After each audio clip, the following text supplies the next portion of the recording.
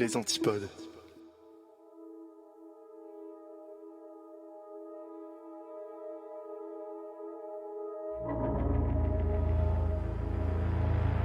Bonsoir à tous. Vous vous apprêtez à participer à l'épisode final de la première saison du Rendez-vous de l'étrange. Préparez-vous à être emporté par des histoires aux antipodes de ce que vous avez l'habitude d'entendre. Et laissez-vous guider par votre hôte, Yop, le maître de cérémonie. Il sera entouré pour l'occasion de Xaramoli, la maîtresse du true crime, de Vanille, la maîtresse du creepy et du sordide, d'Indigo, le maître des musiques et du frisson, et de Dan, le maître de l'horreur. Installez-vous confortablement et dites-vous que vous êtes à l'abri. Même si vous en doutez fortement, faites face à vos peurs les plus primitives. Sombrez en ce qu'il y a de pire en l'être humain. Bienvenue dans le Rendez-vous de l'étrange.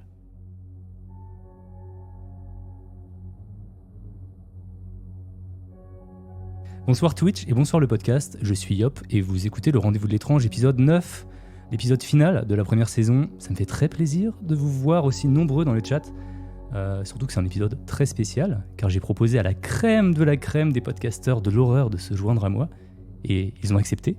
Il y a d'abord la reine du podcast creepy français, elle nous inonde chaque semaine d'histoires réelles, plus gore les unes que les autres, mais en vrai elle est super sympa. J'ai nommé Vanille du podcast C'est Creepy. Coucou Vanille. Salut! Bon, toutes les semaines, t'as abusé. Ensuite, il y a un peu mon gars sûr. On a arrêté de compter nos années d'amitié et les marathons qu'on a pu faire ensemble. Si on suivait chacune de ces idées, on serait en train d'animer un podcast qui s'appellerait Stylé mais dangereux. Vous le connaissez grâce à son rire communicatif. Avant d'aller dormir, bien sûr. C'est Indigo. Oui. Bonsoir, Yop. Et bonsoir à toutes et tous. Mon prochain invité, vous le reconnaissez entre mille grâce à sa voix sortie d'outre-tombe, que vous avez d'ailleurs pu entendre en intro. Ouvre un Patreon qu'on lui disait. C'est pas rogner tes principes que de proposer à tes auditeurs de te soutenir. Il l'a fait.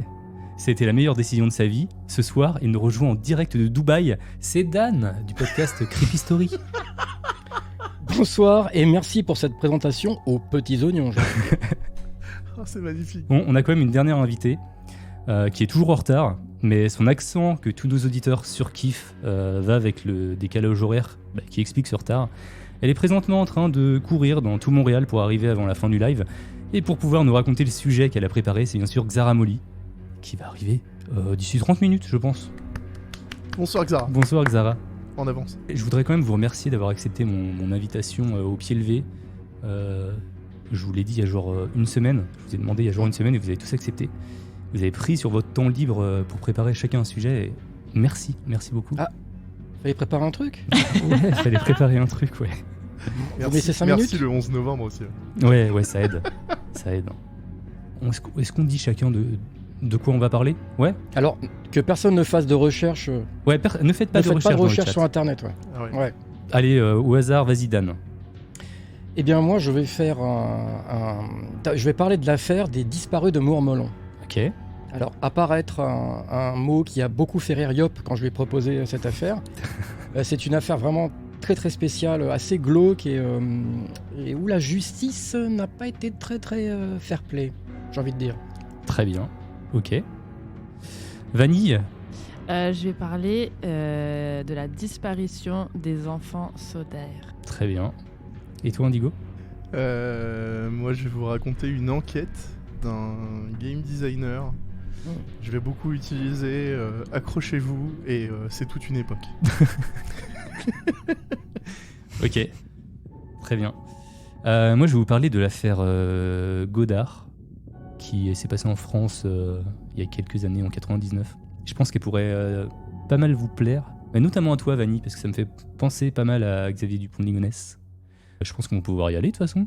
Allez. Moi, je vous propose que je commence, tiens. Si ça vous va. Allez. Ça vous va? Une fois n'est pas coutume.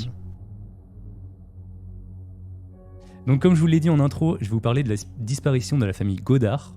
Et je vais commencer par vous présenter le père, Yves Godard, 44 ans au moment des faits en 1999. C'est un médecin généraliste spécialisé dans l'acupuncture dans la ville de Caen. Yves est marié avec Marie-France depuis 1994. Elle a 44 ans également. Ils ont 2 enfants, Camille, 6 ans, et Marius, 4 ans. Yves et Marie-France ont tous les deux des enfants des précédentes unions. Yves a 2 fils de 15 et 17 ans, dont il n'est pas particulièrement proche. Et Marie-France a un fils de 15 ans et une fille de 16 ans. Ils vivent tous les deux avec leur père, pas très loin, et voient souvent leur mère. Leurs amis indiquent que c'est un couple très soudé et qu'ils ont une relation très fusionnelle. Petit à petit, ils se sont même éloignés de leurs anciens amis pour passer plus de temps ensemble. Ils allaient souvent au théâtre, par exemple. Par contre, Marie-France trouve que Yves travaillait trop, aussi bien dans son cabinet que sur la maison qu'il rénovait. En tant que médecin, Yves était décrit comme étant très attentionné et dévoué, attaché à ses patients. Une fois, il a passé 48 heures au chevet d'un mourant pour le réconforter. Par contre, tout n'était pas rose dans sa pratique médicale.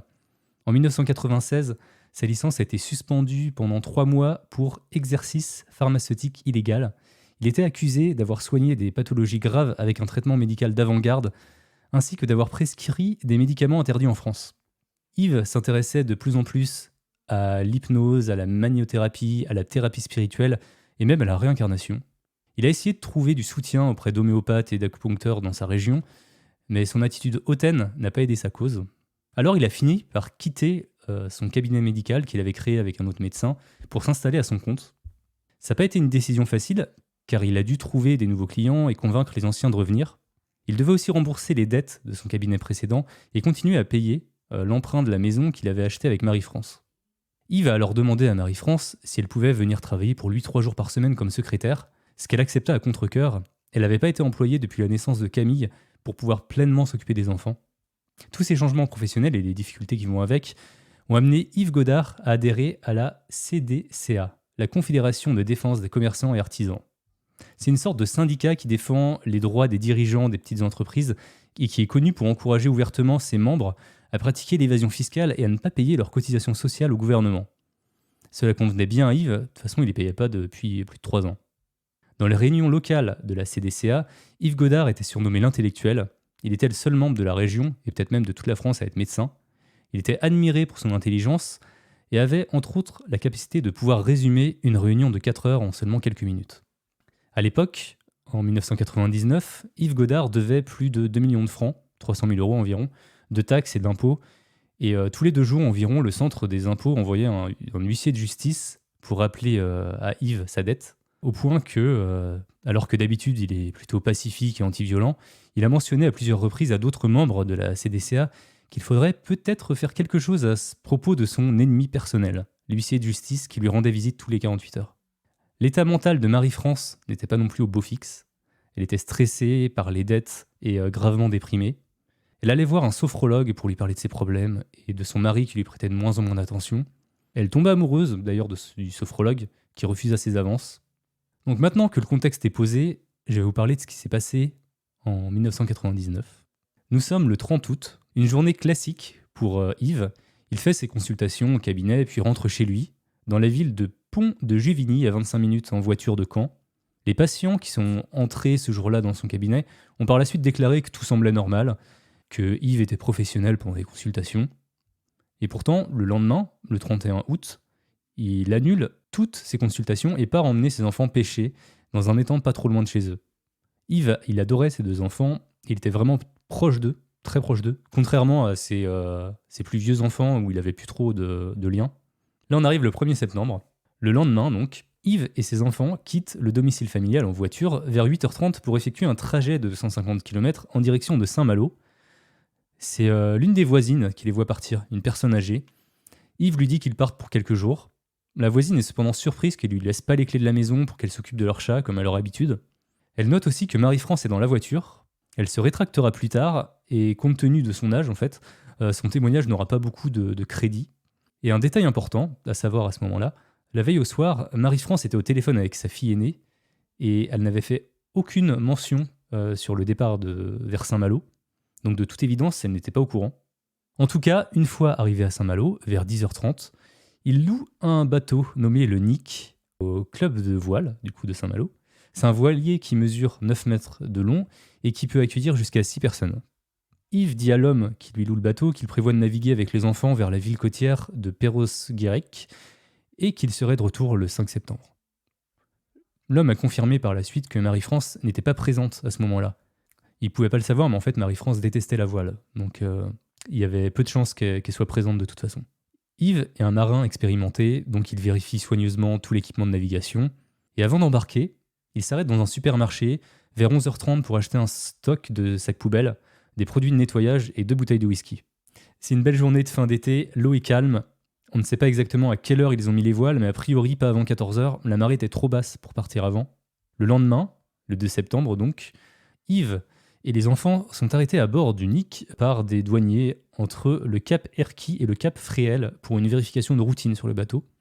Ils remarquent un petit enfant, enfin un des 2 enfants qui dort, mais aussi que le moteur du voilier fonctionne, malgré une bonne quantité de vent ce jour-là. Donc normalement, il n'y aurait pas dû y avoir besoin du moteur. Il remarque également ce qui semble être une planche à voile dans sa housse, à l'avant du bateau. L'un des douaniers a alors un mauvais pressentiment à propos d'Yves Godard. Alors il décide de contacter le propriétaire du bateau, donc de Saint-Malo, pour vérifier son histoire. Comme c'était à prévoir, le propriétaire du bateau corrobore les propos, et le douanier n'a d'autre choix que de ne pas écouter son instinct et de les laisser partir. Les jours d'après sont assez flous. On a des témoins qui ont vu le bateau dans la région entre le 2 et le 5 septembre. On a également une femme qui dirige un stand de glace et de crêpes qui se souvient avoir servi Yves et ses enfants le 3 septembre. Le 4 septembre, plusieurs randonneurs remarquent que le Nick semble abandonné dans l'eau, au large de la côte de Plouézec. Le 5 septembre, le jour où Yves et les enfants auraient dû rendre le voilier à Saint-Malo, un canot gonflable appartenant au Nick est trouvé par un bateau de pêche à environ 55 km de l'île de Batz. À l'intérieur du canot pneumatique se trouve une veste de pluie et un chéquier appartenant à Yves Godard. Beaucoup de gens ont spéculé à l'époque et pensaient que les objets avaient été placés afin de faire croire à un naufrage. Les gardes-côtes sont immédiatement informés et craignent que quelque chose de terrible ne se soit produit. Ils partent donc à la recherche du voilier. Aucun appel ni SOS n'a été passé depuis la radio du Nick, qui ne répond d'ailleurs pas aux appels de ces gardes-côtes. Le 7 septembre, le voilier n'est toujours pas rentré. Ceux qui travaillent sur l'affaire commencent à penser que quelque chose de grave est probablement arrivé à la famille Godard, mais ils ne pensent pas immédiatement à autre chose qu'un accident de bateau. Ils envoient un avion de l'armée au-dessus des côtes bretonnes dans l'espoir de repérer le voilier, mais en vain. Le même jour, la police de Saint-Malo inspecte le van laissé sur le parking du port. À l'intérieur, ils trouvent de fortes doses de morphine et une grande quantité de sang. Le 8 septembre, après avoir obtenu un mandat, ils se rendent au domicile des Godard à Pont-de-Givigny. Ils entrent dans les lieux et voient une note sur la table de la cuisine écrite de la main d'Yves. « Nous partons quelques jours, nous reviendrons dimanche, et c'est signé Marie et Yves. » Le frigo est rempli, la maison est rangée, les sacs à dos des enfants sont près de la porte. Ils montent alors à l'étage et ils découvrent du sang sur le mur de la chambre parentale que quelqu'un a essayé de nettoyer à la hâte. Ils se dirigent ensuite vers le lit, ils le retournent et trouvent une grande tache de sang qui a pénétré près de la moitié du matelas. Dans la chambre des enfants, rien d'anormal, pas de traces de sang. Ils vont ensuite dans la salle de bain où ils trouvent un gant de toilette imbibé de sang, et juste à côté du lavabo plein de sang également. En descendant, ils remarquent des gouttes de sang sur l'escalier. De retour en bas, ils continuent à fouiller et trouvent une couverture avec des traces de sang dans la machine à laver. Ça fait beaucoup de fois le mot sang, mais il y en a vraiment beaucoup dans la maison, voilà. Le 10 septembre, une enquête pour homicide involontaire est ouverte et un mandat d'arrêt international contre Yves Godard est rendu public. Le 16 septembre, les échantillons de sang prélevés dans la voiture et dans la maison sont identifiés comme étant ceux de Marie-France Godard, que personne n'avait de toute façon plus revu depuis le 31 août. Donc voilà, vous avez des théories pour le moment ou pas ?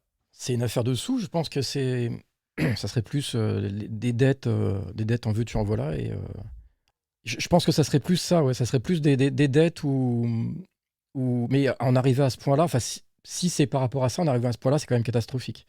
Mais en tout cas, dans toute bonne histoire un peu de ce genre-là, il y a toujours une petite camionnette. Toujours une camionnette, là, c'est un van, effectivement. Ouais. Une petite camionnette, ouais. Bah, pour pouvoir transporter un maximum de choses à la verticale, je pense. Parce que... Genre des tapis, avec des gens dedans. C'est ça. À tout hasard. Ok, et ben on est parti, on reprend. Alors les investigations commencent. Ils inspectent d'abord l'emploi du temps d'Yves Godard. Il avait continué à prendre des rendez-vous médicaux pour ses patients les 1er, 2 et 3 septembre, malgré le fait qu'il avait loué son bateau le 17 août pour les dates du 1er au 5 septembre. Donc les enquêteurs, ils n'arrivent pas à comprendre pourquoi il a loué le bateau pour ces dates, mais il a quand même accepté des rendez-vous. Encore plus étrange, il découvre ensuite que les patients sont soit des patients existants qui n'avaient jamais pris de rendez-vous, ou alors soit des noms complètement inventés. Autrement dit, Yves avait falsifié tout son emploi du temps de début septembre. Les rendez-vous étaient écrits de sa main, donc ils savent que c'était pas Marie-France qui avait fait les inscriptions. Le 16 septembre, des personnes en bateau trouvent un gilet de sauvetage au large de Guernesey. C'est une île qui, malgré qu'elle soit plus proche des côtes françaises, appartient au Royaume-Uni. Il a été confirmé que le gilet de sauvetage provenait du Nick. Une semaine plus tard, le 23 septembre, un radeau de survie à moitié dégonflé, toujours venant du Nick, est retrouvé dans la baie de Lyme, dans le comté de Dorset, en Angleterre. Les enquêteurs sont déconcertés. À ce stade, ils sont relativement certains qu'Yves a tué sa femme et s'est enfui avec ses enfants. Cependant, les éléments comme par exemple le gilet de sauvetage, le radeau, enfin tout ça, ça les laisse perplexes. Selon les experts scientifiques, compte tenu des courants océaniques, aucun de ces objets n'aurait pu dériver vers les endroits où ils ont été trouvés. De plus, le dispositif utilisé pour maintenir le radeau gonflé avait été arraché, et le radeau, il ne pouvait pas rester gonflé plus de 72 heures sans cet appareil. Donc si on paraphrase, en gros, ça sent la mise en scène. Le 14 octobre, un hôtelier sur l'île de Man, qui se situe dans la mer d'Irlande à plus de 900 km de la côte bretonne, se manifeste et se dit absolument convaincu qu'Yves Godard et ses enfants ont séjourné à son hôtel du 7 au 14 septembre. Pour appuyer cette piste, le 2 octobre, la police de la ville de Falaise, en Normandie, reçoit une lettre anonyme indiquant qu'Yves Godard et ses enfants sont sur l'île de Man. La lettre est rédigée clairement et comporte seulement 2 phrases. Le docteur Godard est vivant et vit en mer d'Irlande, sur l'île de Man. Prenez cela au sérieux. D'autres témoins sur l'île de Man ont déclaré avoir vu le trio également, et que la petite fille était blonde, comme Camille, et demandait sa mère. Autre chose intéressante sur cette île, c'est qu'elle est connue pour être un paradis fiscal, et que Yves Godard possédait un compte bancaire là-bas. Comme par hasard. Comme par hasard. Une deuxième lettre est envoyée le 8 octobre et indique aux enquêteurs que le trio se trouve maintenant sur l'île de Lewis, au large des côtes écossaises, et qu'il faut, je cite, « sauver Camille et Marius ». Les enquêteurs se rendent alors sur cette île et se heurtent à l'hostilité des autorités locales. Ils réussissent quand même à parler à un guichetier de la gare maritime qui déclare d'une manière très convaincante avoir vu Yves et les enfants début octobre. L'auteur de la lettre ne s'est jamais manifesté, mais les experts en écriture ont déterminé qu'il s'agissait de l'écriture d'une femme dans la soixantaine, probablement proche d'Yves Godard. La police a réuni un certain nombre de femmes, environ 300, qui connaissaient Yves Godard. Ils ont testé leur écriture, mais pas de résultats probants. Alors ils ont effectué des tests ADN sur ces mêmes femmes, parce que le timbre sur les lettres avait été léché, mais pas de concordance non plus. Même si la piste des îles de Man et de Lewis semble assez intéressante, à ce moment-là, on ne sait réellement pas où sont Yves et ses enfants, ni même si Marie-France est encore vivante. Après, vu tout le sang qu'on a retrouvé, je suis pas sûr qu'elle le soit encore, quoi. Le 16 janvier 2000, 4 mois après la disparition de la famille, un bateau de pêche au large de l'île de Batz attrape dans son filet un gros sac en toile. À l'intérieur, des affaires de toute la famille. Des vêtements d'enfants, un bikini, des chéquiers, le permis de conduire d'Yves, le sac à main de Marie-France et tout son contenu, des jumelles et un marteau. En mai 2000, des enquêteurs se rendent sur l'île portugaise de Madère parce que Yves Godard y possédait aussi un compte bancaire. Bon, je vous rappelle que Yves il est assez branché évasion fiscale. Cette piste n'a abouti à rien car le compte bancaire n'avait pas été touché depuis sa disparition. Le 6 juin 2000, donc 10 mois après la disparition, un bateau de pêche à pied au large de la baie de Saint-Brieuc remonte à un fragment de crâne dans ses filets, puis un crâne humain entier. Les tests ADN concluent qu'il s'agit du crâne de Camille Godard, 6 ans. L'analyse scientifique a conclu qu'il s'y trouvait depuis février 2000. Camille est décédée, malheureusement. Cette découverte donne du crédit à l'hypothèse d'un naufrage, qu'il soit accidentel ou non, où tout le monde à bord aurait péri. Cette zone, d'ailleurs qui était la même zone où les douaniers avaient arrêté la famille Godard le 2 septembre, elle a été minutieusement passée au peigne fin avec un sonar, mais ils n'ont rien trouvé de plus. Aucun autre ossement n'a été retrouvé, pas plus que le voilier. Donc à ce stade, la seule chose qu'on sait, c'est que Camille est décédée. Mais l'histoire ne s'arrête pas là. Le 1er février 2001, sur l'île des Hébians, au large des côtes bretonnes, un promeneur trouve la carte professionnelle de médecin d'Yves Godard. Le 22 février, une carte de crédit lui appartenant est retrouvée sur cette même plage. Le 24 mai, c'est encore une autre carte bleue. Un juge ordonne aux enquêteurs de parcourir la plage et les marines utilisent à nouveau le sonar pour vérifier les fonds marins aux alentours, mais rien de plus. Le 3 juin, cependant, une autre carte de crédit est retrouvée par un plongeur le long du rivage. Je ne sais pas combien de cartes de crédit il avait, mais il en avait pas mal a priori. Les enquêteurs sont convaincus qu'Yves Godard a dû s'arrêter sur cette plage et vider le contenu de son portefeuille. La plage est une fois de plus ratissée et les enquêteurs sont certains qu'il n'y a rien d'autre. Cependant, le 31 juillet, une 4e carte est retrouvée sur la même plage, cette fois une carte d'assurance maladie. Toutes les cartes sont envoyées à un laboratoire et les résultats sont étonnants. Les cartes n'ont pas passé beaucoup de temps dans l'eau. Ce n'est pas possible qu'elles y aient été immergées depuis septembre 1999. Ce qui laisse penser que quelqu'un les y aurait déposées une par une au cours de l'année 2001. Les enquêteurs, ainsi qu'un avocat de la famille de Marie-France, pensent qu'un complice travaille avec Yves, voulant faire croire à une mort accidentelle. Le 13 septembre 2006, un fémur et un tibia sont découverts dans la fosse du Casquet à 120 km au nord de la ville bretonne de Roscoff. Et, attention, ils appartiennent à Yves Godard. Il est mort. Tin, tin, tin. L'équipement sonar est à nouveau envoyé dans la zone. Toujours rien. Aucun autre ossement n'est trouvé. Et c'est pareil pour le voilier, il est toujours introuvable. Donc, ça confirme le décès d'Yves Godard, mais Marie-France et Marius n'ont jamais été retrouvés. Le 19 janvier 2007, le maire de Lingèvre, en Normandie, reçoit une lettre anonyme avec un plan très détaillé du cimetière de son village. La note manuscrite laisse supposer que la dépouille de Marie-France pourrait se trouver à un endroit précis du cimetière. Les autorités prennent la lettre au sérieux, d'autant plus que le cimetière n'est qu'à 3 km de la maison des Godard. Ils creusent et trouvent des ossements. Ce qui pourrait sembler évident parce qu'on est dans un cimetière, sauf qu'il n'y aurait pas dû y en avoir en fait dans cette partie-là du cimetière. Dans tous les cas, les ossements ont été testés, mais ils n'appartiennent pas à Marie-France. L'auteur de la lettre finit par se manifester, furieux que les médias disent que c'est un corbeau. Donc selon lui, il avait seulement voulu être utile. Il était allé à la police avec des informations que lui seul pouvait connaître sur le contenu de la lettre pour prouver que c'était bien lui qui l'avait écrite. Il a dit qu'il avait essayé de contacter le maire en personne, mais qu'il n'avait jamais voulu le recevoir. Il indique avoir utilisé un pendule sur la photo de Marie-France et un plan qui l'a conduit à la maison des Godard, puis au cimetière. Le 14 décembre 2008, une autre carte de crédit appartenant à Yves Godard est retrouvée en parfait état, toujours sur la même plage où les anciennes cartes avaient été retrouvées. On doit être au moins à la 10e carte, mais bon, avec tous les comptes qu'il avait, ça m'étonne qu'à moitié. Le 4 septembre 2012, l'affaire est abandonnée et un non-lieu est prononcé par le juge. Le tribunal déclare que ce n'est effectivement pas une simple disparition lors d'une excursion en bateau et que l'explication la plus probable serait qu'Yves Godard aurait tué sa famille.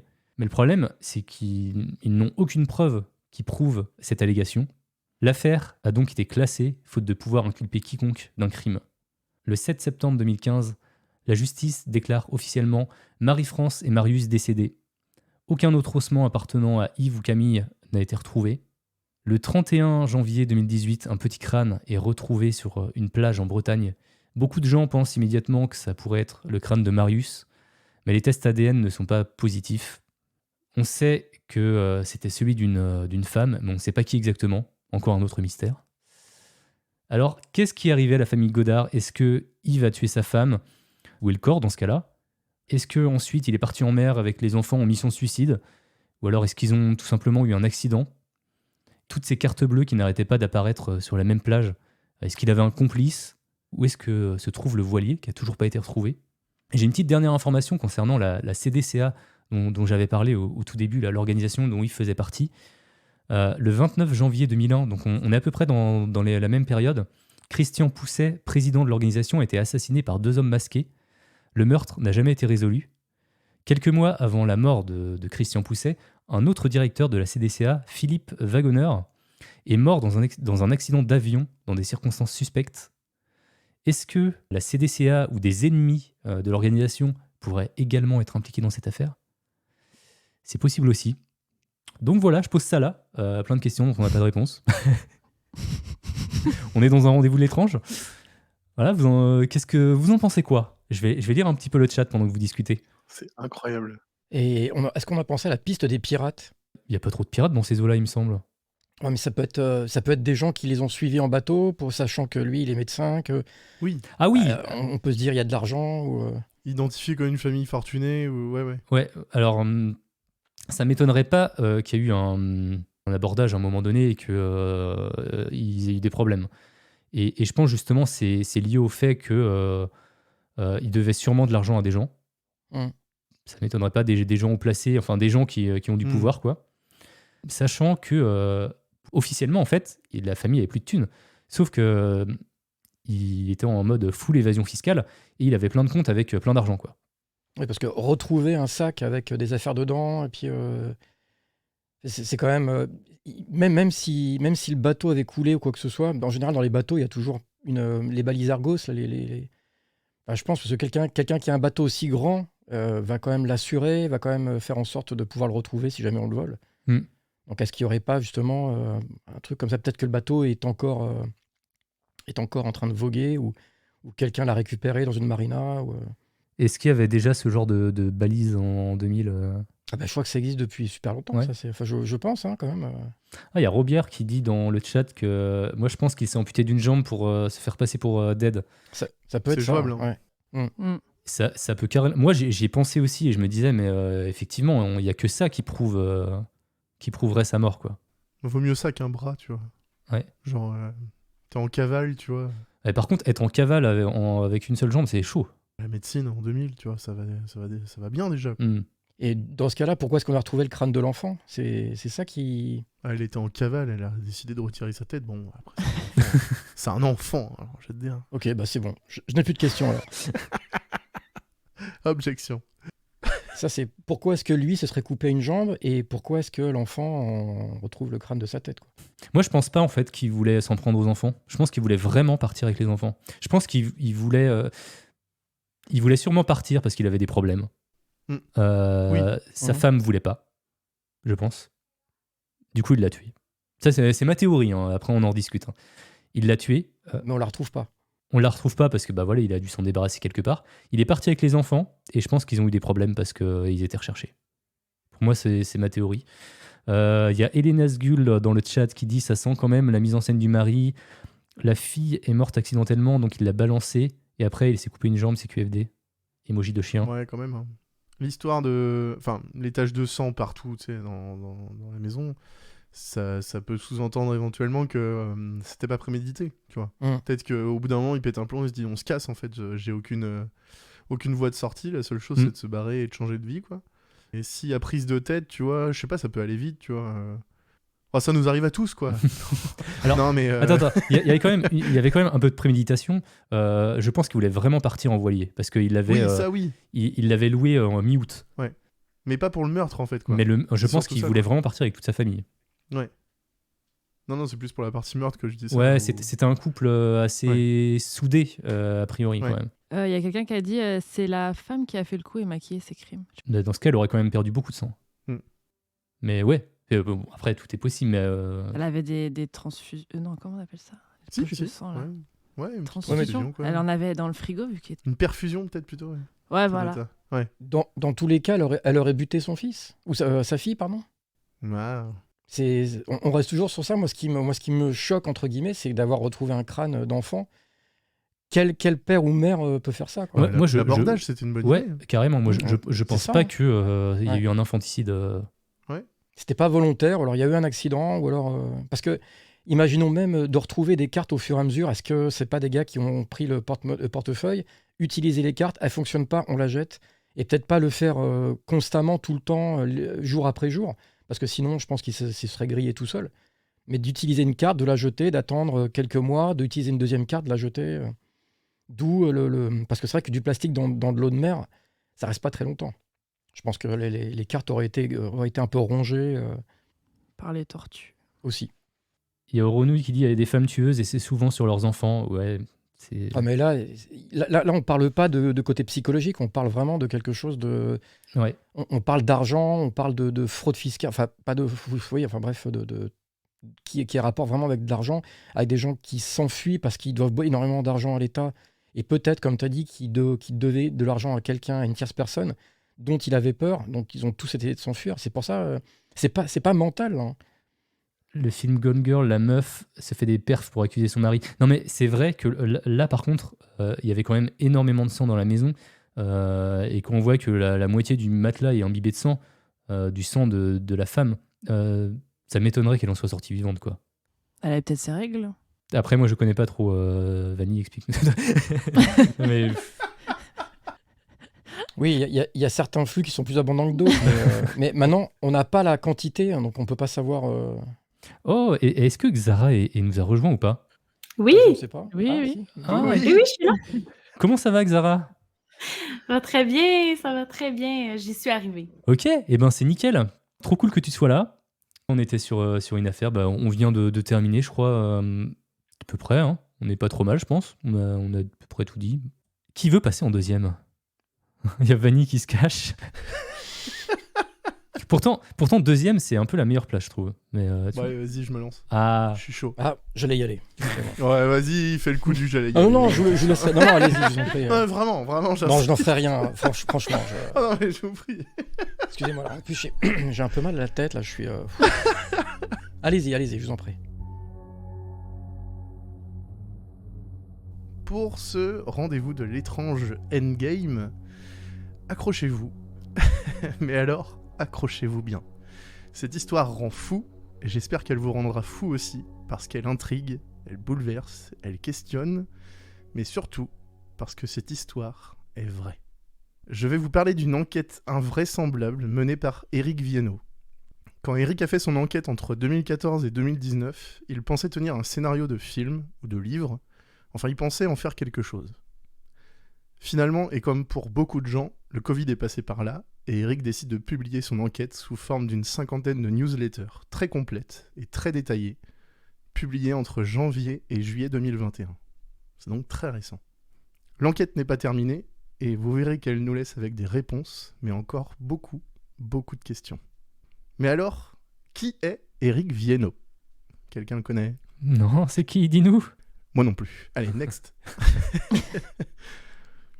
Éric est game designer. Il travaille dans le jeu vidéo et il intervient pour imaginer des mondes, des lieux, des cartes. Il a aussi publié des livres en tant qu'auteur.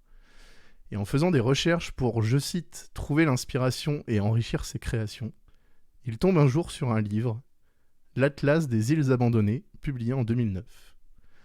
Dans ce livre, il va faire une découverte incroyable, la vie de Marc Liblin.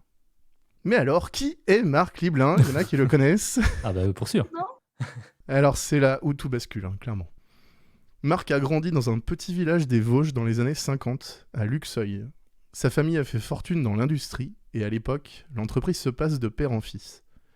Il déménage donc pour lancer lui aussi son usine, mais celle-ci fait faillite, la crise de l'industrie est passée par là, et Marc a de toute façon d'autres projets. Depuis toujours, Marc se sent en marge de la société. Il est rêveur, explorateur, bien que timide et réservé. Mais il est conscient qu'un destin plus grand l'attend quelque part. Ce qui fait penser cela à Marc, c'est que depuis l'âge de 6 ans, il rêve la nuit. Alors, vous me direz, tout le monde rêve la nuit, on n'est pas si différents. Well. Les rêves de Marc ont la particularité d'être légèrement différents. La nuit, lorsqu'il rêve, un vieux monsieur lui enseigne la physique et lui parle dans une langue inconnue. Chaque nuit. Chaque putain de nuit. Bon, là, on est dans les années 50, donc niveau médecine ou compréhension des enfants, généralement, on règle ça à coups d'électrodes ou de gifles, c'est toute une autre époque. Et à force de rêver dans une langue inconnue, Marc Liblin va finalement être capable de parler cette langue couramment, sans la comprendre, ni même savoir si cette langue existe. À 33 ans, Marc a déménagé plusieurs fois. Il vit à Rennes, et son cas intéresse une poignée de chercheurs. Pendant 2 ans, et avec les moyens de l'époque, c'est-à-dire pas grand-chose, les chercheurs vont faire passer des tests à Marc pour essayer de déterminer l'origine de cette langue ou la comprendre. Tout le monde y va de sa petite théorie. On évoque une langue du Tibet, d'autres évoquent l'araméen, ou une langue très ancienne, perdue. Marc est entouré de scientifiques qui ont tous plus ou moins d'implications dans la médecine naturelle ou s'intéressent aux dons de certaines personnes, magnétisme, guérison, etc. Certains seront même radiés de l'ordre des médecins pour leurs écrits. Ils se feront tous un peu discrets à ce sujet par la suite. Ça complique l'enquête d'Éric, mais vous allez voir que ça ne l'a pas arrêté. Parce qu'Éric veut en savoir plus, et plus il creuse, plus l'histoire prend une tournure inattendue. Après 2 ans de recherche infructueuse à Rennes, Marc et ses acolytes, dont un certain docteur Gérard Collin, vont avoir une idée.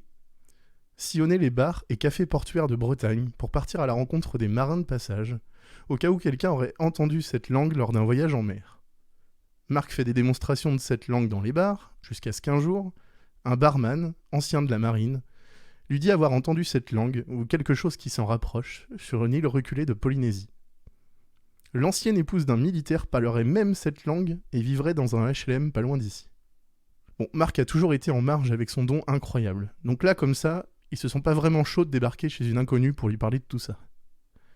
En 1980, après des jours, semaines d'hésitation, Marc rencontre un Tahitien en galère de travail et de logement.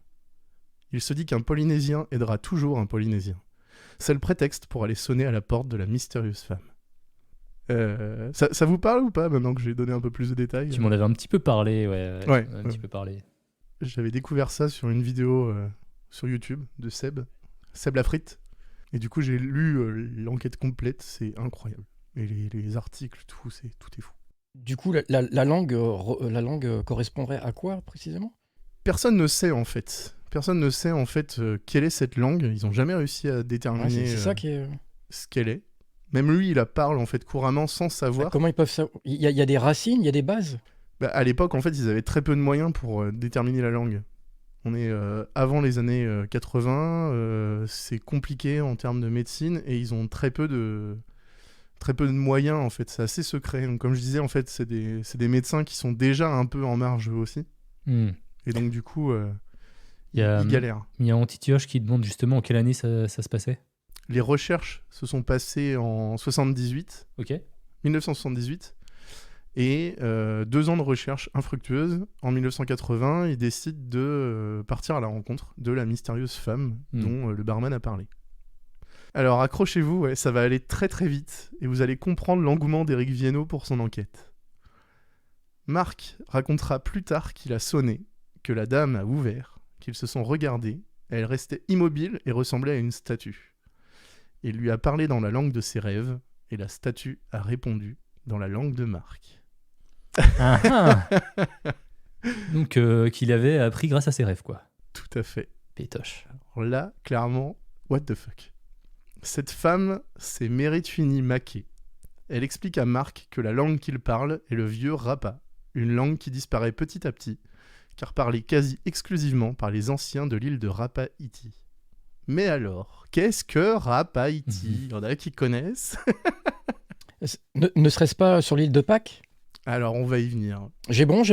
Pas tout à fait. Ah, d'accord. Parce qu'il y a Rapa Nui, Rapa machin. Ouais, justement. Il y a Rapa fromage aussi. Rapa-Iti, c'est une petite île du Pacifique, à 1400 km au sud de Tahiti. C'est une île très isolée que l'on confond souvent avec sa grande sœur Rapa Nui, plus connue sous le nom de l'île de Pâques. Rapa-Iti, quand on dit que c'est isolé, c'est peu dire. Une île séparée en deux par une baie, où l'on compte environ 500 habitants répartis sur 2 villages. Pas de plage blanche, pas de cocotiers, et environ 5 degrés en hiver. Niveau tourisme, c'est pas ouf, et pour compléter, un bateau qui passe 5 à 6 fois par an, max. Marc Liblin va échanger énormément avec Meretwini, que tout le monde appelle Méré, et finira par l'épouser et partir s'installer en 1983 avec elle à Rapa-Iti. Stylé. J'avais dit que ça irait très vite. Donc si on résume, Marc Liblin rêve depuis ses 6 ans d'une langue inconnue. À 35 ans, par hasard, il rencontre celle qui deviendra sa future femme qui parle la langue de ses rêves, une langue quasi morte, et partira s'installer avec elle à l'autre bout du monde sur une île perdue. Waouh. Bah oui, bien sûr. C'est complètement dingue. Alors, imaginez-vous dans la tête d'Éric Viennot à ce moment-là. Genre, sur quoi je suis tombé? Mais on n'est pas sur une légende urbaine, là? Non. D'où l'introduction où j'explique tout ça. C'est juste dingue. On ajoutera à cela que Marc dira de Méré qu'elle a été importante dans sa quête. Meretwini Maké porte le nom de famille du dieu principal de l'île de Pâques, Maké Maké. Tout ça n'a aucun sens, voilà. C'est juste dingue. Bon là, c'est déjà énorme pour Éric Viennot. Plus il enquête, plus tout devient incroyable. Alors on pourrait se dire que c'est une légende, effectivement. Le problème, c'est qu'Éric va se documenter, genre beaucoup se documenter. Il va trouver des ouvrages, des auteurs, des articles de blog de Tahiti Magazine écrits par Marc Liblin lui-même, Et plus il croise les infos, plus tout se recoupe. Tout intéresse Éric Viennot, notamment une chose, la quête de Marc. Marc parle de la rencontre avec sa femme et son implication dans sa quête. Il sous-entend être à la recherche d'une porte vers un autre monde inaccessible. Il parle de son départ sur l'île comme un exil, une fuite guidée par une force au-delà de ce qu'on peut imaginer, une sorte de rite particulier. Ça devient chelou, ouvrez vos chakras. Eric trouvera des photos de Marc, des enregistrements sonores. Il apprendra que Marc a notamment eu 4 enfants avec Mary sur l'île et qu'il a passé sa vie à établir des théories sur son île. Il était même surnommé Einstein là-bas. Bref, il y a plein de preuves et Eric veut creuser. Il décide de contacter le docteur Gérard Collin. Après avoir essayé tous les Collins qu'il va trouver, il finira enfin par avoir une réponse du vrai docteur Gérard Collin au téléphone. Il lui apprend beaucoup de choses sur Marc, notamment qu'il l'a vu la dernière fois à Paris, à sa mort, en 1998. Que Marc était une personne hors du commun et qu'en plus de parler une langue étrangère, il était doué de pouvoirs de voyance et de guérison. Ok. Le docteur Collin dit de Marc qu'il a déjà guéri des animaux et qu'il voyait des scènes, des événements qui se seraient passés, mais que Marc ne pouvait pas connaître. Le docteur avait alors vérifié la véracité des faits avec des anciens. En contactant les auteurs de plusieurs ouvrages sur Marc Liblin, un des auteurs apprendra à Eric que Mérée, sa femme, a rangé toutes les recherches sur l'île dans 6 malles à la mort de Marc. Marc, ce genre de super-héros plein de mystères, donc ça s'ajoute à la liste. Hein. On n'est pas au bout de nos surprises.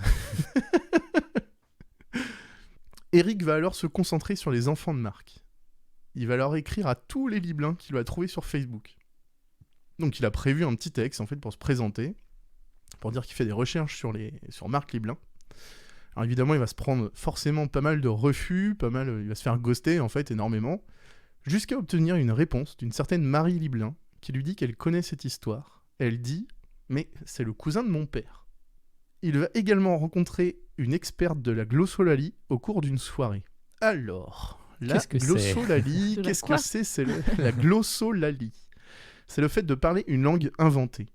On a tous en tête des histoires de personnes sorties de coma, d'accidents cérébral, d'amnésie, qui se mettent à parler une autre langue. Ouais. Bien souvent, c'est une langue inventée qui ressemble à ce que pourrait donner une langue étrangère pour quelqu'un qui ne la parle pas. Et parfois, c'est vraiment une autre langue. Dans ce cas, on parle de xénoglossie. La capacité à parler une langue étrangère véritable sans en être totalement conscient. Alors, si vous êtes perdu avec tous ces mots compte triple, pensez à Harry Potter qui parle fourche-langue. Il sait pas comment, mais il sait. Voilà. L'experte rapporte alors un autre cas bien connu de xénoglossie, celui de Mary Campbell, une Écossaise qui parlait aussi une langue étrangère. Après des analyses et le fait qu'on lui dise que c'était l'œuvre de Satan, c'était toute une époque aussi, elle s'était tournée vers Dieu. Marie dira ensuite qu'elle sentait une présence. La langue en question a pu être déterminée, il s'agissait d'une langue des îles Palaos, située aussi dans le Pacifique. Et pour le cas de Marc, la spécialiste ne sait pas. Pire, elle est sceptique.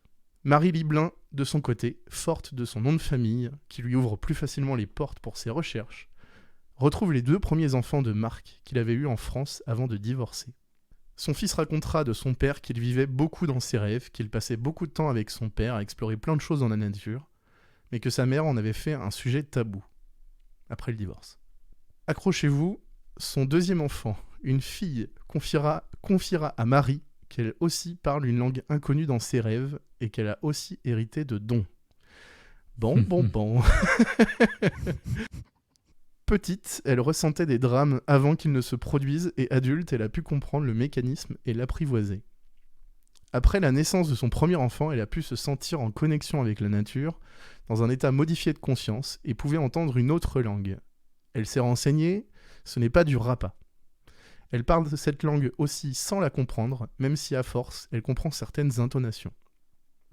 En avril 2022, très récemment, les 2 enfants se sont rendus sur l'île de Rapaïti, mais pour le moment, on n'en sait pas plus. Revenons maintenant sur la quête de Marc Liblin. Jusqu'ici, là, vous êtes hypé ou pas là ? Ah bah on a hypé de ouf là, enfin moi de mon côté ouais. C'est assez hallucinant. C'est dingue. On dirait une histoire de Marc Lévy. Ah ouais. C'est Marc Liblin, du coup. J'ai du mal à croire que ce soit vrai, tu vois. Je suis trop terre à terre en fait. Justement. Donc revenons maintenant sur la quête de Marc Liblin. Au cours de ses recherches, Éric Viennot découvre que Marc est fasciné par les parts. Les parts, c'est une sorte de fort très ancien, en ruine, qui sont disposés partout sur l'île. C'est aussi de l'eau. Les parts, P-A-R-E-S. Eric entre alors en contact avec des explorateurs qui sont allés sur l'île au moment où Marc s'y trouvait. Il découvre que Marc cachait certaines choses aux explorateurs et archéologues. Marc aurait trouvé des tablettes, des calendriers et autres objets sacrés. Par trouver, on verra plus tard que ce n'est pas tout à fait vrai. Dans un enregistrement audio, on entend Marc préciser les informations suivantes. L'exception culturelle ne fait pas partie de ce qu'on dit. C'est pour ça. L'ethnologue qui vient, on joue, on fait le compte-vent, mais on ne va pas dire le fond des choses. On ne peut pas le dire. Il n'est pas question. Pour tout le monde, hein. Pour moi ça a été pareil. Tout ce que j'ai trouvé, je l'ai trouvé à l'arraché. On peut faire référence aussi à une ancienne expédition infructueuse sur cette île, des années avant, où les anciens avaient indiqué clairement qu'il y a des secrets que l'argent des Blancs ne peut pas acheter. Eric découvrira d'ailleurs que tout porte à croire que des objets et trésors de l'île auraient pu être cachés, déplacés avant les premières expéditions pour brouiller les pistes des envahisseurs. Parmi les explorateurs contactés par Eric, l'un d'entre eux explique que Marc voyait des choses. Il pouvait les décrire, même si elles n'existaient plus. Marc en est sûr. Le problème, c'est que les explorateurs, très rationnels, vérifiaient, et ne pouvaient pas le contredire. En fait, si une chose n'est plus là, à l'endroit où elle devrait se trouver, ça va pas être simple de confirmer ou d'infirmer. Ils concluent tous cependant par le fait que Marc ne prouve pas, Marc sait. Eric retrouve alors un ami de Marc, Jérôme. Il est allé sur l'île avec Marc. Jérôme parle alors plus en détail de la quête de Marc. Accrochez-vous une nouvelle fois. Marc essayait de prouver que Rapaïti était le centre du monde, le lieu d'origine de tout. Un peu comme Khéops. Bon, forcément, on comprend mieux pourquoi Marc est assez discret sur ses recherches. Clairement, tu prétends qu'une île complètement isolée est au centre du monde, bah tu passes un peu pour un fou, quoi. Si en plus on ajoute les dons de voyance, guérison et la langue inconnue, bref. Jérôme explique ensuite que Marc lui a affirmé une chose en parlant de Khéops. Marc a tenu ce propos. Pour toi, ça va être du délire, mais si tu traverses la Terre en passant par le centre, l'antipode de la grande pyramide tombe pas loin de Rapa.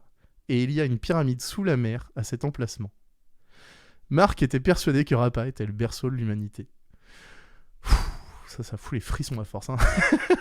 Ça commence à être lourd là. Hein. Alors, à l'époque, ça nécessitait surtout une formule mathématique pour vérifier cela, mais avec les outils de maintenant, en quelques clics sur Google Earth, Eric Viano vérifie les dires de Marc. Et je suis désolé de vous dire que c'est vrai. Pour la pyramide sous l'eau, on sait pas. Mais pour Rapaïti à l'antipode de la pyramide de Khéops, eh bien, faites donc le test vous-même. Rapaïti est l'île la plus proche de l'antipode de la pyramide de Khéops. Waouh. Voilà. Jérôme... Ça donne mal au crâne quand même. Ah mais histoire. Tellement, c'est fou, ça rend dingue. Fallait que je vous la raconte parce que faut que vous partagiez ce désastre. Donc à l'époque, quand il était sur l'île, Jérôme était un jeune étudiant en archéologie, très pragmatique, très cartésien, une approche très scientifique finalement. Et sa rencontre avec Marc va être bouleversante. Cela va lui ouvrir l'esprit sur les possibilités infinies du cerveau et les capacités mystiques de ce lieu perdu dans le Pacifique et isolé du monde. À ce propos, Jérôme expliquera que cela lui a fermé certaines portes à son retour en France, car son analyse semblait biaisée désormais par des choses non tangibles et inexpliquées ou inexplicables. Tu m'étonnes. Jérôme parlera des recherches et dessins de Marc. Il avait symbolisé une petite statue de l'île de Pâques, haute de quelques dizaines de centimètres. Donc a priori, il y aurait une statue sur l'île de Rapaïti également. Marc prétend aussi avoir vu dans ses visions des crânes à 2 cornes. Après différentes recherches, on apprend que les anciens de l'île vissaient des pierres sur les crânes des nouveau-nés pour communiquer avec les esprits. C'est toute une époque encore. Bah, c'est les précurseurs des implants. Ouais, clairement. On avance toujours dans le what the fuck. Marc voyait aussi des lumières bleues, comme des esprits qui essaient de communiquer ou de guider. Voilà. Bon là, à ce stade, on est tous d'accord pour dire que c'est le bordel, que Eric Viano a beau essayer de démêler tous les fils de cette histoire, les discours se croisent, se recoupent, personne ne se contredit, et chaque personne rencontrée apporte son lot de mystères supplémentaires. D'ailleurs, un scientifique contacté par Eric lui indiquera être allé sur l'île après la mort de Marc. Il a rencontré Méré, qui lui a donné accès au CIMAL contenant toutes les recherches de Marc. Dans les documents, il apprendra que, selon Marc, les anciens sont connectés avec la nature spirituelle comme lui. Il apprend aussi que Mark souhaitait précisément être enterré face contre terre. Cela faisait référence à la disposition des crânes avec 2 cornes que Mark avait vus et qui étaient disposés comme ça. Donc ce qu'il faut savoir, c'est que les crânes à 2 cornes, Mark les voyait, et il n'y en avait aucun sur l'île. Ça veut dire que c'était vraiment encore des visions de Mark. Dans les notes, on trouve aussi des références aux lumières bleues. Ce sont des manifestations d'entités qui sont visibles aussi sur d'autres îles et ne sont visibles que par certaines personnes. Donc, tout ça paraît tellement dingue. Bon, Eric se rassure, et je vous rassure aussi, il y a encore des gens qui vivent là-bas. Donc si vous êtes sceptique, libre à vous de vous y rendre pour voir vous-même. Petite anecdote en off, comme je vous le disais au début, l'île de Rapaïti est très isolée et très petite. Un bateau de marchandises passe tous les 2 mois environ, il n'y a pas d'aéroport. Le bateau, c'est le seul moyen d'y aller, et une fois sur place, il faut ensuite l'autorisation du Conseil des sages de l'île pour y rester. Donc, bon courage à toutes et tous. On arrive à la fin de la première partie de cette longue et palpitante enquête d'Éric Viennot. J'avoue, j'ai pas mal raccourci parce que tout ce que je vous ai décrit ce soir, tout cela est détaillé, documents, dessins, photos, preuves à l'appui par des proches de Mark, des scientifiques. Éric Viennot a reçu de nombreux dossiers, notamment un dossier scientifique envoyé par le docteur Gérard Collin lui-même, ainsi que des photos des documents présents dans les malles de Mark conservés par Méret. La théorie d'Éric, c'est qu'il pourrait s'agir d'une histoire de réincarnation. Le vieux dans les rêves serait un ancien de l'île qui fait une passation de connaissances à Marc Liblin pour qu'il poursuive cette quête. Si je peux vous donner un conseil après la lecture de l'enquête, ne soyez pas rationnel. Laissez-vous porter. Votre théorie n'a pas besoin d'aspect scientifique pour exister. Une particularité que beaucoup de scientifiques étant allés à Rapaïti partageront, c'est le fait que là-bas, en présence de Marc, il ne faut pas toujours chercher à vérifier. Que dans ce lieu, dans cette atmosphère atypique, et fort des connaissances et visions de Marc, tout semble logique, clair, évident. Eric continue son aventure. Il a échangé avec un grand nombre de personnes, des scientifiques, chercheurs, ethnologues, archéologues, écrivains, historiens. L'aventure ne peut pas en rester là. Eric a pu échanger aussi avec les enfants de Marc, les 4 enfants nés sur l'île. Il a également échangé avec Méret, qui a laissé sous-entendre, et vous l'aurez compris face à tous ces mystères, que Méret ne pourra parler et révéler certaines choses que si Eric vient sur l'île. Ça rejoint ce que Marc prétendait sur l'enregistrement audio, sur le fait qu'il y a des choses qu'on cache aux gens qui viennent, sauf si on décide de leur dire. Mais on ne dit que sur place, en personne. Voilà, certaines choses ne peuvent pas être transmises à l'écrit, à distance. Certaines choses doivent être dites en face. Je vous avais parlé tout à l'heure de la première fille de Marc Liblin, qu'il avait eu en France avant de divorcer puis rencontrer Méret, celle qui a hérité des dons de son père. Éric Viennot, au cours de ses recherches, a rencontré des linguistes et chercheurs possédant une base de données d'enregistrement sonore gigantesque de nombreuses langues et dialectes anciens. Eh bien, cette femme à présent a accepté de tester sa langue inconnue, mais on ne sait pas encore si les tests ont eu lieu. L'enquête est toujours en cours. Oh. Voilà. Faudrait que tu reviennes dans la prochaine saison alors. Si c'est sorti, mais juste c'est dingue. Tu l'inviteras sur le plateau. C'est compliqué à croire en fait, tu sais, quand t'es trop terre à terre. Bah c'est compliqué à comprendre en fait, même juste à comprendre. Ça n'a pas de sens, rien n'a de sens. Non. Vraiment, ce truc, c'est what the fuck. Est-ce qu'il utilisait des substances pour justement être dans des transes Rien du tout. Rien du tout. Mais les preuves auraient pu être fabriquées, en fait. Possiblement, ouais. En fait, le truc, c'est que tous les... Alors, ce qu'il y a dans l'enquête, dans les détails que j'ai virés, c'est... Alors, c'est pas pour rendre le truc plus mystique, hein, mais c'est que Marc a passé énormément de temps à lire, à se documenter, déjà quand il était en France. Du moment où il a appris que c'était Rapaïti, quand il a rencontré donc Méret Unis, il s'est énormément instruit sur cette île. Il a lu énormément d'ouvrages, tout ce qu'il a pu trouver.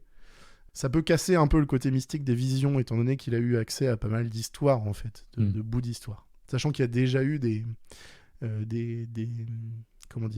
expéditions sur cette île. Après, il doit pas non plus y avoir 36 000 ouvrages sur une si petite île. Eh bien, détrompe-toi. En fait, il y en a eu plein. Ouais. En fait, il y en a eu plein parce qu'en fait, c'est un coin du monde qui intrigue en fait depuis longtemps. L'auteur derrière, donc Éric Viennot là, qui raconte son enquête, au cours de ses newsletters, parfois il fait des digressions. Et en fait, il lui arrive parfois de faire des liens avec sa vie perso. À tel point qu'il est tellement immergé dans ce truc-là qu'il a lui aussi l'impression d'être mêlé à cette histoire, mais pas pour rien. Par exemple, je vous disais qu'il était, en plus d'être game designer, il était auteur. Il a écrit un livre, il y a longtemps, un livre pour enfants, donc c'était une quête de trésors perdus, quelque chose comme ça, sur une île. Et en fait, l'île de Rapaïti, elle a une particularité, c'est qu'elle ne ressemble pas aux autres îles. Elle est en forme de croissant de lune. Donc il y a une baie au milieu. Et donc lui, étant game designer, donc il a déjà l'habitude de dessiner des plans, des choses comme ça, des cartes. Il avait dessiné pour son bouquin, enfin il avait fait des croquis qu'il avait confiés à un dessinateur, une île qui ressemble quasiment à Rapaïti. Donc là, il peut pas s'empêcher d'y penser, il y a un petit clin d'œil sympa. C'était une histoire de carte au trésor, donc il y a une grotte avec un crâne, et au sommet du crâne, il y a 2 cornes. Ça commence à faire beaucoup, bordel. Ça fait beaucoup là, non? Voilà. Et c'est plein de petites choses comme ça. Notamment, dans la carte de navigation qu'il avait inclus dans le livre, eh bien, l'île en question se trouve pas loin de Rapaïti. Donc il avait tracé des points en fait, de navigation, donc on voit une map monde en fait, avec des points d'arrêt du bateau de pirates, quoi. Et l'histoire s'achève sur la fameuse île perdue, qui se trouve non loin de Rapaïti. La raison pour laquelle il avait choisi cette île, c'était parce qu'en fait, elle est proche de l'île de Lincoln, qui était une île choisie par Jules Verne dans 20 milieux sous les mers. Et donc, en fait, il est très fan, mais connaissant Jules Verne, il en est à se demander si il n'était pas au courant d'un truc plus mystique qu'il aurait aussi inclus volontairement dans son histoire à lui. Il commence à tout remettre en cause, en fait. Tellement les choses sont liées, même lui, il en arrive à se poser des questions. Le fait qu'il est invité par hasard à une soirée et qu'il rencontre une experte de la glossolalie, c'est plein de hasard, en fait. Ça n'a aucun sens, vraiment. Est-ce que ce Marc a existé pour vrai, en fait?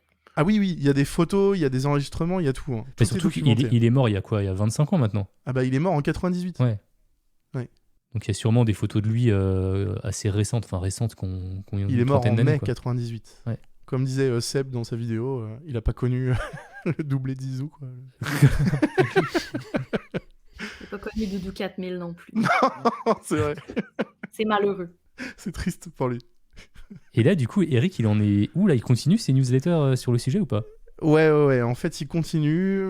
Il prévoit donc pendant des années, les sages de l'île, les anciens du coup, ont tout fait pour vivre en autarcie, vivre isolé. Ils ont tout fait pour qu'il n'y ait pas Internet sur l'île, mais en fait, tu peux pas contrer Internet. Internet est plus fort que l'île. Donc, il a pu faire des visios avec certains membres, notamment les enfants de Marc qui vivent sur l'île encore. Il y en a un qui est revenu en France. Donc, en avril 2022, quand les enfants de Marc, de son premier mariage, sont allés sur l'île, à ce moment-là, il y avait un des enfants de Marc qui partait de l'île pour venir vivre en France. Donc ils se sont croisés, quoi. Mais tout le monde est entré en contact avec tout le monde. Ils sont très proches, ils sont très amis et ils sont liés un peu tous par cette espèce de légende locale qui fait partie vraiment de toute l'histoire de l'île, quoi. Bah c'est assez fou. Ouais. Mais c'est pas terminé du coup. Et c'est pas terminé, ouais, c'est ça qui est fou. Ouais. Mais il a tellement de documents. En fait, il a des vidéos, enfin pas des vidéos, pardon, il a des photos, il a des dossiers entiers. En fait, Gérard Collin, le docteur de Rennes, lui a envoyé le dossier médical qu'il avait stocké sur Marc. Je vous rappelle, les recherches, elles ont duré 2 ans. Donc autant dire qu'il y a dedans des noms de plein d'autres scientifiques qui ont participé aux expériences. Certains sont morts depuis. Mais tous ceux que Éric Viennot peut contacter, il les contacte.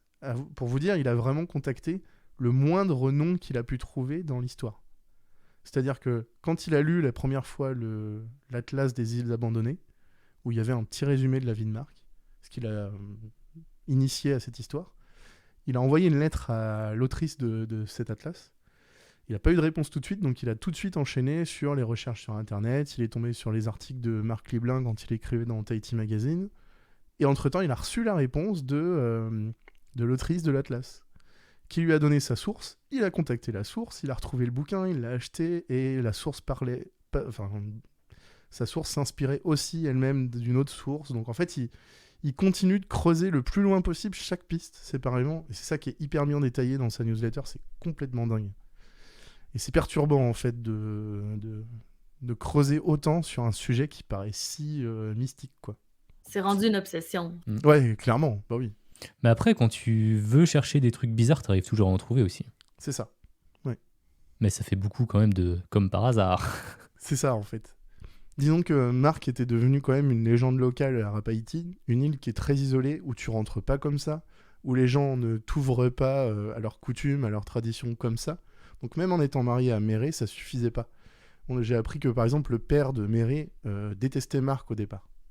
Et il s'est toujours méfié, parce qu'il y a un truc où il a peur, en fait, de l'envahisseur, et les anciens avaient déjà mis en place plusieurs fois le fait de détruire ou perdre ou déplacer des preuves historiques de l'histoire de l'île, juste pour être sûr que le secret reste gardé, quoi.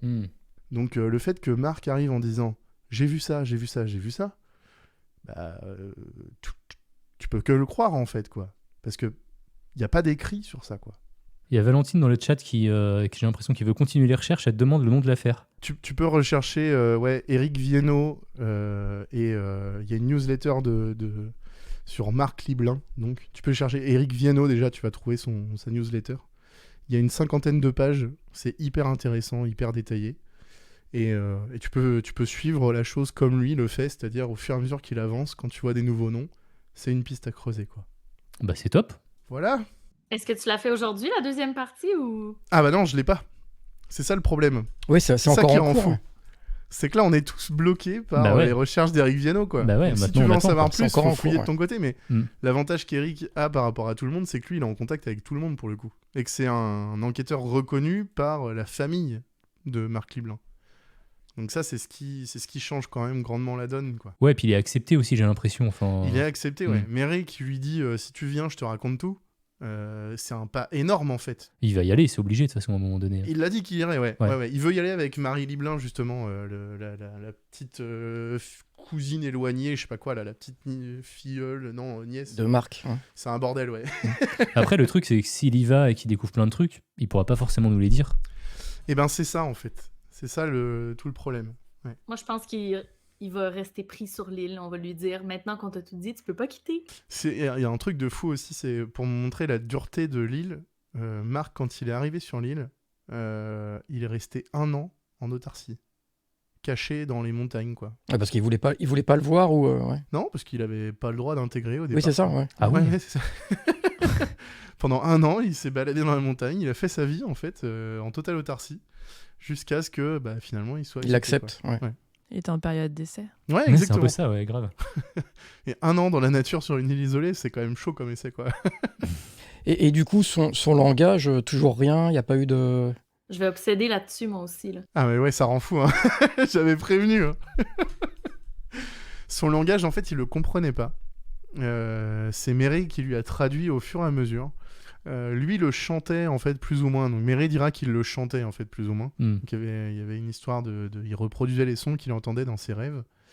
Et en fait, le truc, c'est que elle lui traduisait au fur et à mesure, mais comme je disais, ce langage-là, c'était le langage parlé par les anciens de l'île.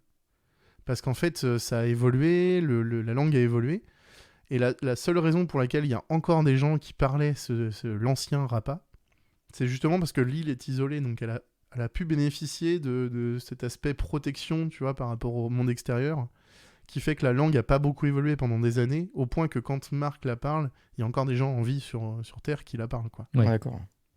Mais si ça avait été plus tard, peut-être que ouais. personne n'aurait parlé. Il aurait jamais su, ouais. Mais c'est qu'un concours de circonstances, ça n'a aucun sens. Le fait qu'il croise un barman qui connaît quelqu'un, qui vit dans un HLM pas loin, et qui parle cette langue, mais enfin, c'est dingue, quoi. et donc, Éric Viennot contacte ces gens-là. Mm. C'est pas, genre, quand je vous dis ça, en fait, c'est pas... Il raconte ce qu'il a lu, en fait. Il les contacte, il croise tout. Il croise les données, en fait, sur tout ce qu'il trouve, quoi. C'est ça qui rend fou, en fait. Petite question dans Titioche, on sait quel genre de truc il racontait dans cette langue? Parce que lui, il savait pas ce qu'il disait, mais vu qu'elle lui traduisait... Pas spécialement. Et après, il était assez discret, et Méré... alors, c'est un peu l'image du couple de petits vieux, tu vois, où en fait, lui parlait, Et Méré approuvait tout derrière en disant oui, et traduisait en même temps. Et genre, du coup, vu qu'il y avait déjà que les anciens qui parlaient cette langue, on saura jamais en fait si... Ça pourrait être une combine. Ça pourrait être une combine, ouais, par exemple. Si on est très terre à terre, ça pourrait être une combine, ouais. Ok. Ouais, parce que la langue est passée après... Elle a été remplacée justement par tous les événements et ils ont complètement zappé le fait qu'ils parlent une autre langue. Quoi. Ouais. Ce qui pour moi, je trouve que c'est déjà, encore plus déjà, étrange que de penser à une île et puis de dire voilà, il y a ça, il y a ceci, il y a cela. Ah, ça a l'air que Éric Viennot est mort. Attends, je vais vous envoyer le lien. Il est pas mort, Éric Viennot. Faut déconner. Ou alors c'est récent parce qu'il a publié en 2021 toute son enquête. Il est allé sur l'île puis il est jamais revenu. Vous me faites pas ça. Je savais. Non, ça suffit. Je veux pas. En plus, moi, on apprend en live que Éric Viennot est mort. Non, je refuse totalement. Il est mort en juillet. De cette année. Mais non. Oh. Mais il avait quel âge ? C'est fini, c'est terminé. Non, je veux pas le savoir. Indigo, tu seras le nouveau Éric Viennot. Vous C'est à toi de C'est un continuer les troll de recherches. Wikipédia, mais c'est sûr, c'est pas possible. 27 juillet 2022. Mais c'est horrible. Ah putain, mais c'est terrible. Ça va, Indigo, quand même ? Ah mais je suis dégoûté. En fait, ça casse tout. Je vous explique. Ça fait 6 mois que la vidéo de Seb est sortie. Ça fait 6 mois que ce truc me hante. Là, tu me dis, on va faire un rendez-vous de l'étrange endgame, là. On réunit tous les Avengers. Et je me dis, faut que je parle de ça, parce que faut que je passe le virus aux gens, tu vois. Et là, le seul gars qui peut résoudre ces problèmes, il est mort. Et c'est incroyable. Cette information est essentielle. T'as pas encore entendu mon histoire et la fin de l'histoire. Oh non. Et comme il y a Ruby qui dit dans le chat, c'est ta destinée de poursuivre l'enquête. Hein. Ah, peut-être. C'est terrible ça. On peut passer la mission. À Marseille, des suites d'un cancer de l'estomac. Il avait quel âge ? Il est né en 1960. Ouais, il n'était pas si vieux que ça. Hein. Ils ont trouvé ses ossements au bord d'une île en Bretagne. Mais non. Sa carte bleue aussi. C'est peut-être une malédiction qui frappe tous ceux qui font des recherches dessus. Hein. Bah, tu vois, Marc Librin, il est mort à 50 ans, quoi. C'est hyper jeune. Bah, désolé, Indigo, hein, mais... Waouh. Oh, ça mate. Putain, ça casse tellement de choses. Je suis dégoûté. C'est incroyable. On va pouvoir enfin avoir un what the fuck du rendez-vous de l'étrange. Mais tellement. Quand Indigo apprend live que Éric Viennot est Oh mon mort. Dieu. Il n'y aura pas besoin de what the fuck, ce sera dans le rendez-vous de l'étrange, ça. Hein. Je suis choqué, en fait. Je suis tellement choqué. Le pauvre. Et on va pouvoir passer à autre chose ou tu vas réussir à t'en oui, remettre ? oui, vas-y. On compte sur toi pour continuer l'enquête. Bah oui, clairement. J'en ai assez dit, là, je crois. Ben, si vous voulez, moi, j'ai une thématique d'île aussi, donc ça ferait une transition Eh ben, intéressante. parfait. Très bien, Ouais. on enchaîne du coup. Ouais. Et bien voilà, c'est la fin de la première partie de l'épisode. J'espère que ce que vous avez entendu jusqu'à maintenant vous a plu. Comme le live en entier dure plus de 4 heures et qu'il est assez long à monter, je vais pas vous mentir, j'ai décidé de le sortir en plusieurs fois. Sinon l'attente aurait été vraiment trop longue. Alors je vais faire en sorte de sortir la suite très bientôt pour que vous puissiez découvrir les histoires de Xara, de Vanille et de Dan. En tout cas, si vous aimez ce que vous avez entendu, vous pouvez soutenir le podcast sur Patreon. J'ai beaucoup d'ambition pour le rendez-vous. J'aimerais bien qu'à terme, ça devienne un vrai talk show sur Twitch, enregistré en plateau, dans les conditions du direct. En vrai, je pense que c'est possible, mais je pourrais pas y arriver sans vous parce que ça demande beaucoup de moyens. Donc j'espère qu'on réussira à concrétiser ça ensemble. Donc n'hésitez pas, c'est sur patreon.com/rdvétrange. En attendant, je vous invite à me suivre sur twitch.tv/je-suis-hop. Les lives du vendredi continuent. J'ai aussi repris les goûters tous les lundis à partir de 15h. Bon, bah je crois que j'ai à peu près tout dit. On se retrouve très bientôt pour la deuxième partie de l'épisode. Prenez soin de vous.